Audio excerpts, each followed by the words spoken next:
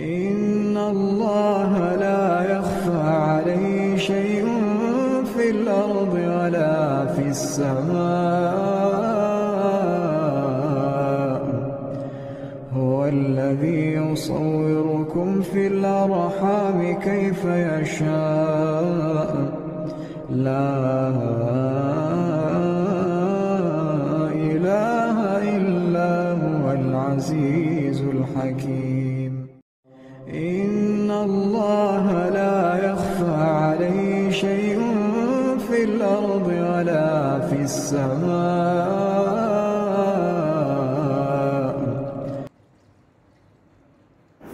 يسعد أوقاتكن يا رب. كيفكن؟ شو أخباركن؟ إن شاء الله تكونوا بألف خير. اليوم عندي فيديو هيك حلو خفيف لطيف، بعيد عن الروتينات اليومية، عن الشغل، بما انه يعني هيك ماني عم بشتغل كتير، بس مع ذلك يعني بهذا النهار كنت مدلعة نفسي يعني بزيادة عن باقي الأيام، فهيك ما كان في عندي فيه أي شغل، فحبيت هيك يعني أعمل يوم خاص إلي ولبنتي، هيك بس ساوي لها الشغلات اللي هي بتحبها. فأنا من فترة وعدتها إنه نعمل النهار نحضر فيه فيلم، يعني هيك أجواء سينما، بما انه هي بعدها صغيرة وما بتقدر تدخل سينما، او خصوصا هلا بما انه صار في عندي بنوتة تانية، فصعب اني اخدها سينما. فانا وعدتها انه خلص يعني نعمل سينما في البيت انا وانتي. فاخترنا هذا النهار لانه جوزي ما كان موجود على الغدا، فخلص قلت لها حنعمل السينما بالنهار، يعني ما شرط نحضر فيلم بالليل، فعادي فينا نحضر بالنهار، ورح نعمل الأكلات اللي بدك إياها علشان نقعد نحضر فيلم. فالحمد لله يعني وافقت وتشجعت كتير للفكرة وانبسطت. فحبيت أول شي أعمله هو اللي كريم كراميل، بس هذا مو علشان السينما لعهد، بس عندي حليب وهيك فكمية منيحة، فحبيت أعمل فيها كريم كراميل عشان بالليل لما يجي جوزي ناكل منه. فطبعا السينما لازم يكون بوشار، من غير بوشار ما بصير. انا وعم سجل الفيديو طلع صوتها العرين كالعادة. فالمهم حبيت هيك اعمل لها بوشار، فحطيت معلقتين زبدة وحطيت الدرع عليهم، وحبيت اعمل كمان صحن فواكه بالاشياء اللي بتحبها عهد. فقطعت، كان عندي برتقان، تفاح، مانجا، فقطعت هدول الاشياء، عملت هيك يعني تشكيلة صحن فواكه. وانا الي فترة يعني انا قبل بمرة يعني حكيت اني بحب المشروبات الساخنة كتير، بفضلها على المشروبات الباردة، بس قلت خليني اجربه هيك، يعني قهوة سخنة ما حيمشي الحال، بس يعني بهالقعدة فخليني اجرب اعمل شي بارد. فحبيت اعمل قهوة باردة وهيك، فصراحة طلعت كتير طيبة، حبيتها عجبتني يعني أكتر من اللي بنشتريها من برا. فوعهد عملت لها حليب لإلها، وحطيت هيك نقرشات شيبس، بسكوت، الشغلات اللي بتحبهن عهد. فيعني هيك عملت لها سفرة حلوة ومدللة.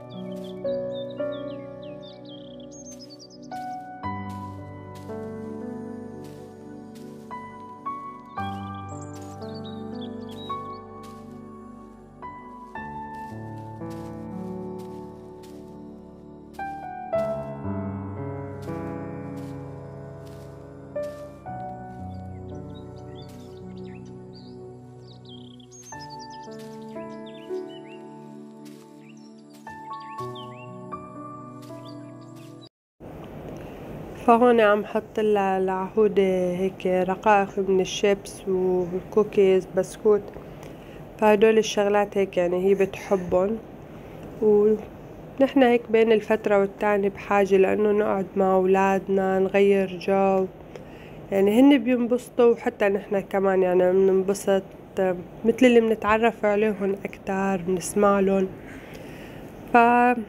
حلو هيك يعني بين الفترة والتانية إنه نقعد مع أطفالنا. فهي هون القهوة عم ساويها، فكتير الطريقة حبيتها وعجبتني.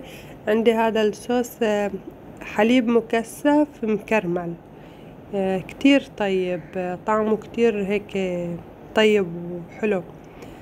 فبعد ما يعني حطيت القهوة في القنينة وهيك يعني خضيتها في قوة فطلعت رغوة منها، والحليب نفس الشي، وحطيت مكعبات من الثلج فطلعت كتير طيبة. وهون كمان بهيدي كاسة أليسا العهودة حطيت لها فيها حليب، يعني أنا خيرتها بين العصير والحليب، هي اختارت إنه بدها حليب لأنه شافتني أنا عم حط حليب.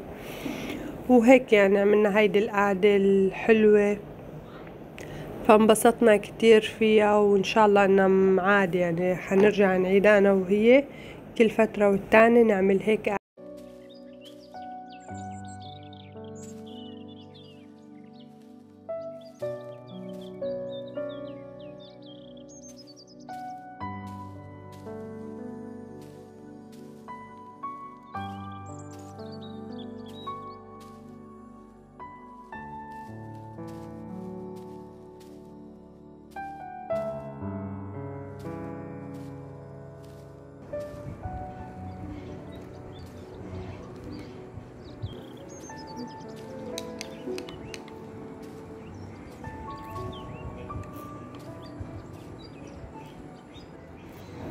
فهي هون كنا قاعدين يعني حضرنا أول فيلم على ذوق عهد، وبعدين اخترنا السنافر، وبعدين اخترنا تبوت الخروف، فكان كتير حلو.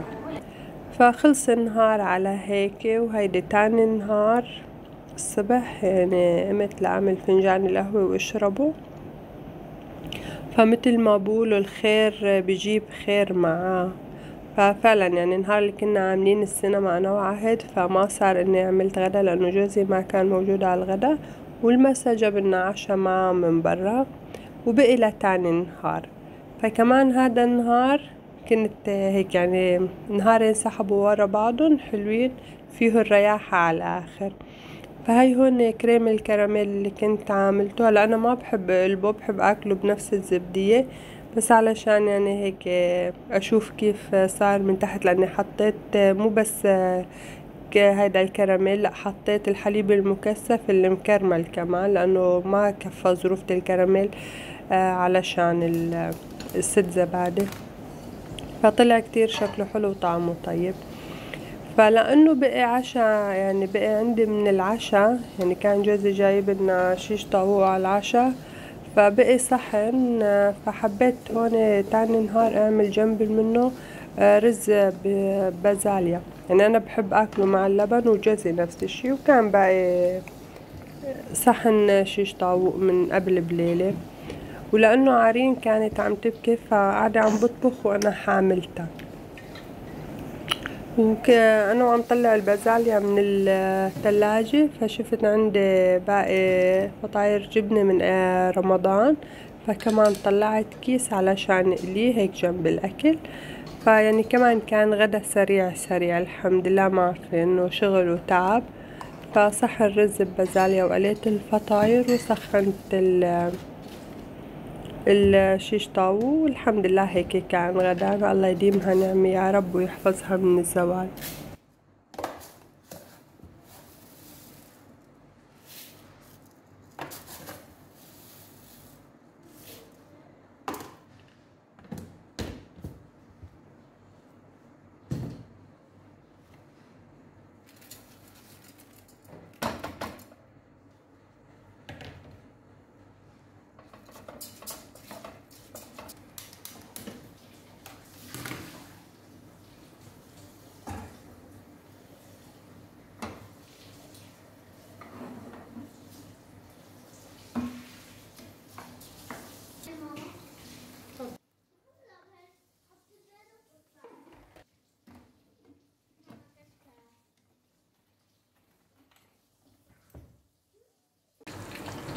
وهون عم بقلي الفطاير، خلص كان الرز استوى بس باقي على القلي، ما بياخد وقت كتير، فدغري بينقلوا هيك.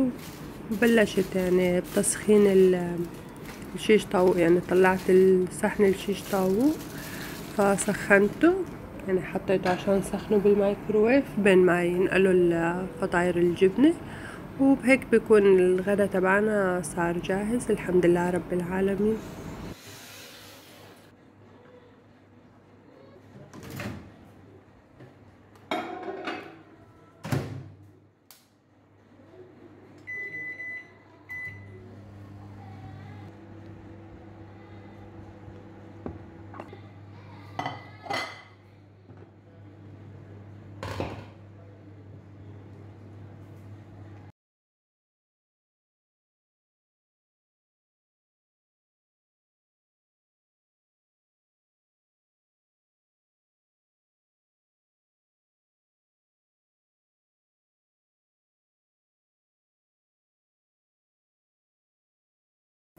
أنا بحب الرز ببازاليا أو الرز الأبيض، اشرب جنب منه اللبن اللي هو العيران، لأنه هون عندي في البيت للروب منقله للبن منقله روب وعيران المهم، فبحب يعني جنب منه لبن وهيك، فبيطلع طعمه مثل لبنية الرز، فكتير طيب. فهون خلاص يعني صار كل شي جاهز الحمد لله، وهيك كان غدانا، فالحمد لله رب العالمين.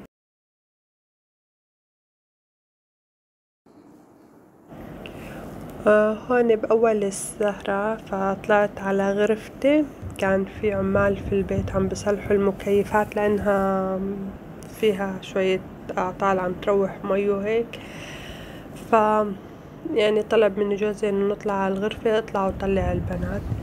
فهو كان نايم ومخرب مفرش التخت، فقلت بدل ما أرتبه وهيك فخليني غير كامل، يعني أشيل أبدل الشراشف كامل، يعني لي فترة ما مغيرتن وعم بتكاسل، فخلص يعني فرصة هلأ إني أبدل شراشف التخت بما إني قاعدة وما عندي شي تاني. ففعلا أول شي ابتديت فيه يعني هو التخت الليلي، يعني شلت الشرشف وجبت شرشف جديد علشان أمده. شوي صعب يعني لما نكون لحالي، لأنه يحتاج إني أطلع الفرشة أحطها على حرف التخت وبعدين أزبط المفرش. فالحمد لله يعني الله عاني وقدرت رفعت الفرشة وزبطت المفرش حطيته. وعلشان تخت عهد كمان يعني موجود بغرفتي، فأنا حاطت لها العهد غير غرفتها، حاطت لها تخت إضافي عندي في الغرفة لأنه هي بتنام معاي، فكمان كان بده تغيير المفرش تخته هيك، وبنفس الوقت يعني حتى طلبت إني غير لها الحافة. يعني أنا من فترة كنت قبل رمضان كنت جايبت لها الحاف عليه رسمة بنت أميرة مدري إيش هي، وكنت جايبت لها تبع فروزن، فهلا حبيت تبدل تشيل فروزن وتحط مفرش لإلها، فوالله ساويت لها اياهن وهيك، وشوية هيك حركشت بالغرفة ورتبتها.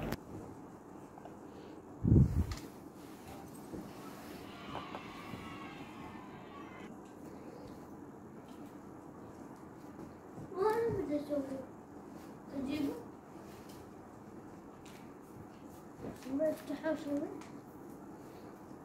شو يا ماما؟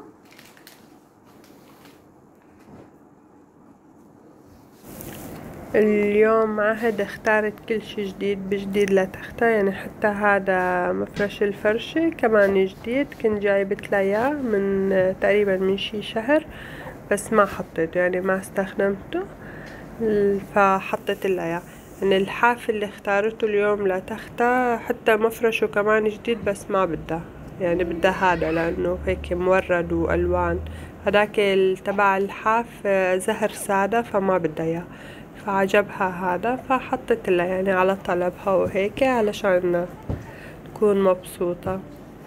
فطلعوا كتير حلوين، يعني أنا كنت فارشته على تختة بالغرفة، بس هون يعني هيك مع اللون الأبيض كتير حلو. التخت اللي إلها اللي بغرفتها في عليه رسمات وأشياء، والحاف عليه رسمات، فهيك شوية معجق، بس هون لأنه التخت سادة فطلع أحلى حسيته. يعني عامة الأشياء السادة بتلبق عليها الأشياء اللي معرقة، بس معرق مع معرق ما كتير حلو، فتخت اللي بغرفتي عليه رسمة بنات وأميرة ما بعرف فلا باربي مدري ايش هي، عم بتقلي باربي. وهذا عليه كمان صورة بنت، فهيك شوي عطى انه معجب.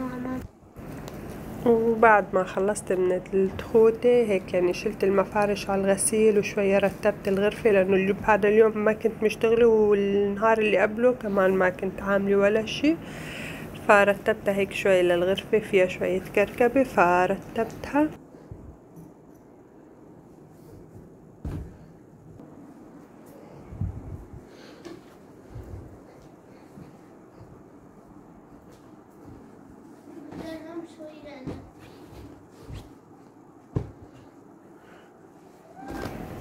هدول وجهين مخدة، فأنا يعني عاملة لعرين مخدات خصوصي لما بدي طعمية فبحط عليهن، فحطيت لهم يعني وجاه مختلفين عن اللي بنعمل عليهن علشان نقدر نميزهن.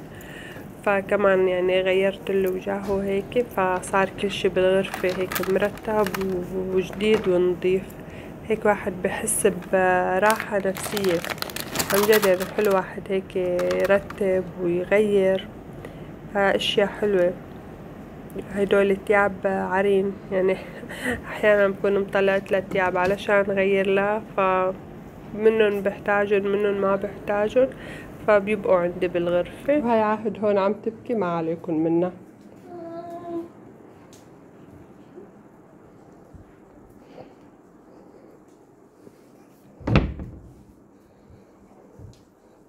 هذه لعبة عرين.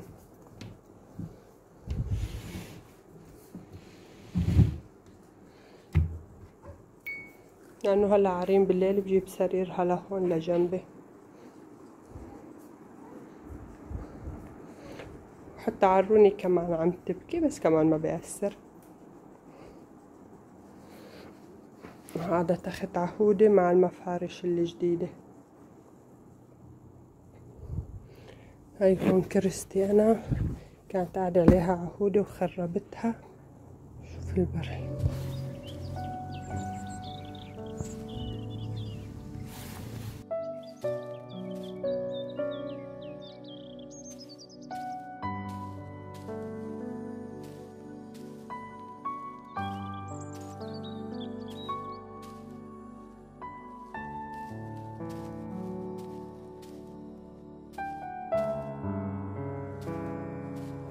وبهيك بنكون وصلنا لنهاية الفيديو. بتمنى يا رب انه يكون عجبكم. اشوفكم ان شاء الله فيديو جديد. مع السلامة.